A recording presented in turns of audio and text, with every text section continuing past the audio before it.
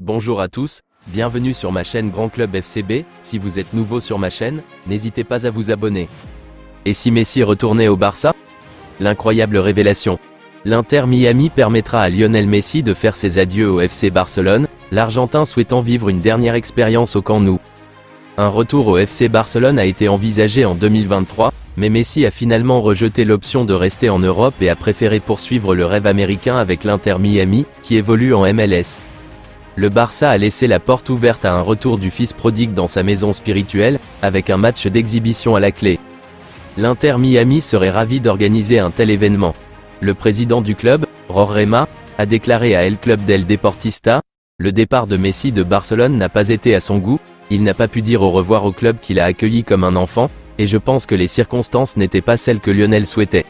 Je lui ai donné l'assurance que je ferai tout mon possible dans les années à venir pour lui donner l'occasion de dire au revoir à ses fans de Barcelone.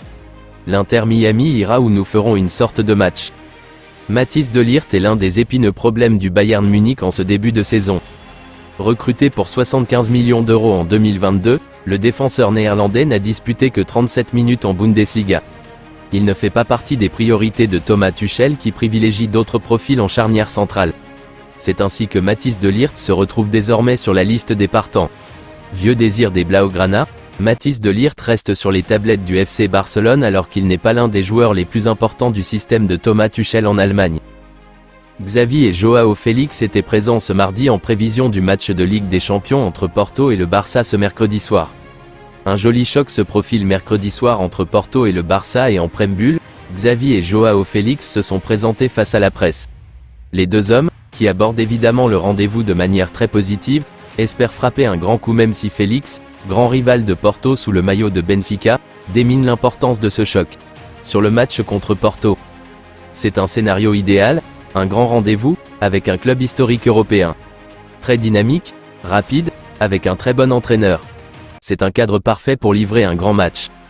Sur les récents problèmes en Ligue des Champions, en général, il faut réfléchir à abandonner ces fantômes en Ligue des Champions. Nous avons des joueurs qui ont remporté la Ligue des Champions. Gundogan et Cancelo sont les champions en titre, nous pouvons penser de manière positive et croire que tout se passera bien.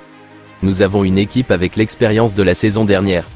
Nous voulons rivaliser grâce à notre jeu. Sur ces 100 matchs à la tête du Barça, j'ai appris à ne pas être trop euphorique lorsque les choses vont bien, ni trop abattu lorsque ce n'est pas le cas. J'ai appris à trouver un équilibre et à aborder tout de manière plus naturelle.